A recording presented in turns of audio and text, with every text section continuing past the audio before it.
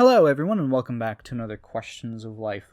Today's question will be asked by moi, and it's going to be overlaid with some Sekiro gameplay, but today's question is going to be, what are your favorite Pokemon games, and what are your least favorite Pokemon games, and why? So without further ado, let me go ahead and talk about one of my favorite Pokemon games. This is a game that I've talked about multiple times in other videos. It's Pokemon Leaf Green and Fire Red. Specifically Leaf Green because that's the one that I have. But anyways, as I've mentioned, I know an extensive amount of knowledge about the game. I've played it maybe 10 times, maybe more. I've played it a lot, okay? And every single time I play it, there's one thing that I always like, that I keep coming back to with the games, and it's that it offers a lot more open world exploration than the other Pokemon games do. So let me explain how it does this. After you beat Misty, you have access to Cut, which then gets you access to pretty much the entirety of the region after that, except for Blaine.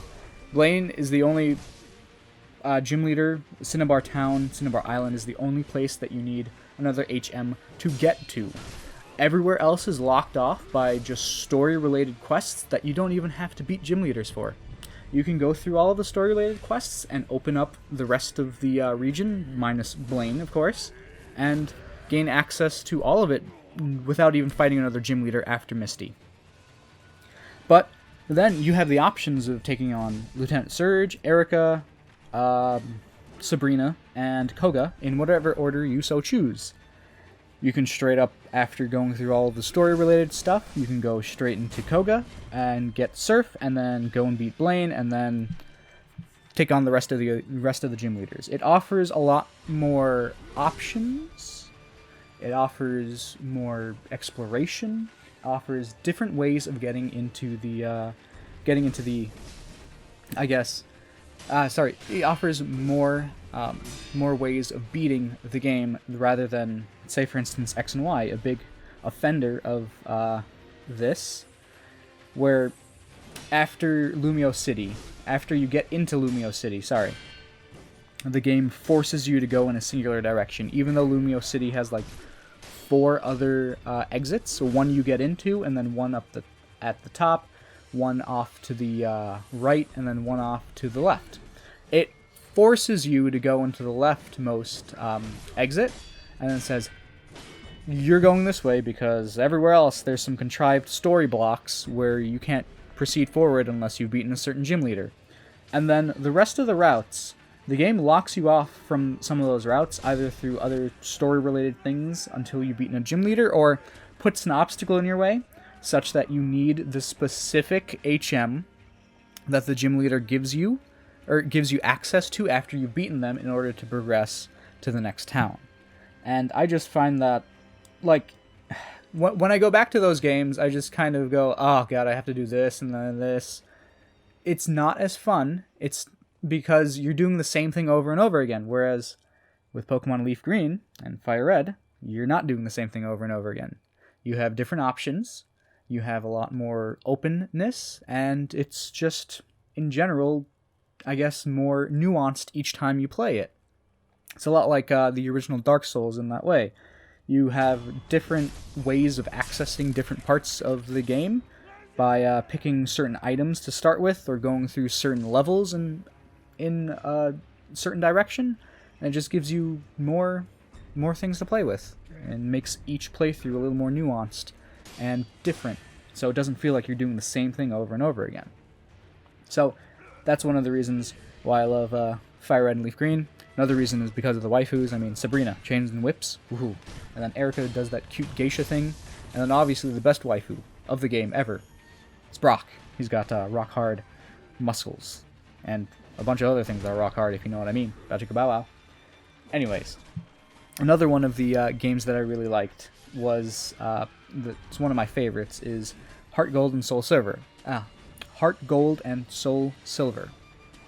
Now, a lot of people say that Heart Gold and Soul Silver is their favorite, and yeah, I'm in that camp. I'm totally one of those basic bitches, because I love that your Pokemon can follow you, and you can talk with it and interact with it, so it makes the game less like you're collecting these Pokemon and then just stuffing them in your balls and then just bringing them out to fight whenever you want, and more an adventure through the region with your Pokemon, because then you can change, you would have reasons to like bring out one Pokemon versus another and just have that one out, and you can talk with it. Sometimes it'll pick up items, sometimes it'll bring you cool things, sometimes it'll have like cute little interactions, a lot like how Pikachu did in Pokemon Yellow. It gives more of the adventure, adventure kind of feeling, and less of the, oh, this is a game kind of feeling that some of the other ones bring out, because they don't do that. You don't get to see the Pokemon interacting a whole bunch. So yeah, that is one of the reasons why I like Pokemon Gold, Heart Gold, and Soul Silver. It's one of my favorite Pokemon games, and I can go back to that game a couple of times too. I think I've played it half as much as Leaf Green Fire Red. And of course, it's got some pretty great waifus. Whitney, for one. Jasmine. I already said Jasmine. Claire. Shoot, what's the other female gym leader in that region? Let's see, there's Claire and I think that's it. There's only 3. Okay, there's only 3. And also, you get to go through the Kanto region in Heart Gold and Soul Silver. And then you get to fight Red in Heart Gold and Soul Silver. And it's friggin' awesome.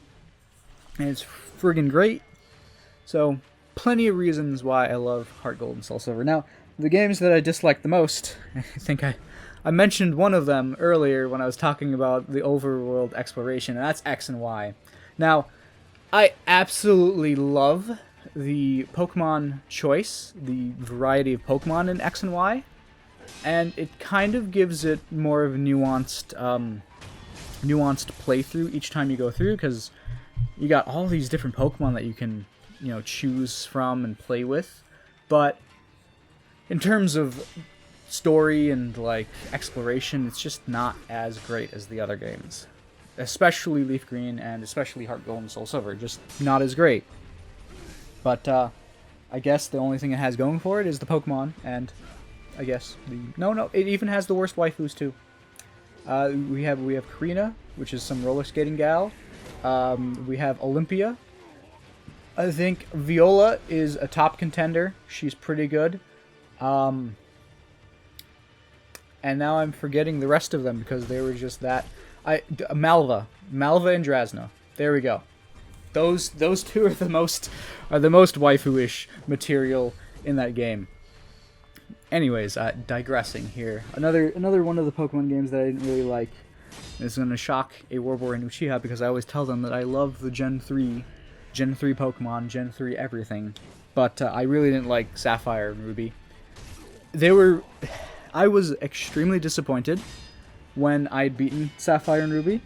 So, Pokemon Gold and Silver set up this expectation for me, where, it looks like every time we're going to go back to different regions whenever we beat, the Elite Four. So I was expecting that with Pokemon Ruby and Sapphire. So I beat the Elite Four, and then I get home after the end credits, and then I see that I have this ticket to the SS title. And I'm expecting, it looks like we're going to travel to another region. That's going to be super awesome. And then we go off onto the SS title, and then I get through the trainers. I go through the little side mission where you're chasing around a little girl or something. You're trying to find a little girl. I go through all of that, and then boom, the captain or whoever calls out and says, "We've arrived at this place." Now, my young brain didn't read Slateport. No, my young brain didn't read the battle tower when I first saw that. So I pop out. I go into this strange place, this island with a giant tower on it. And I go, this isn't fucking Johto. And I go in. Maybe if I go through this place, I'll get to Johto. And then it's just battles. And I'm like, well, this is a disappointment.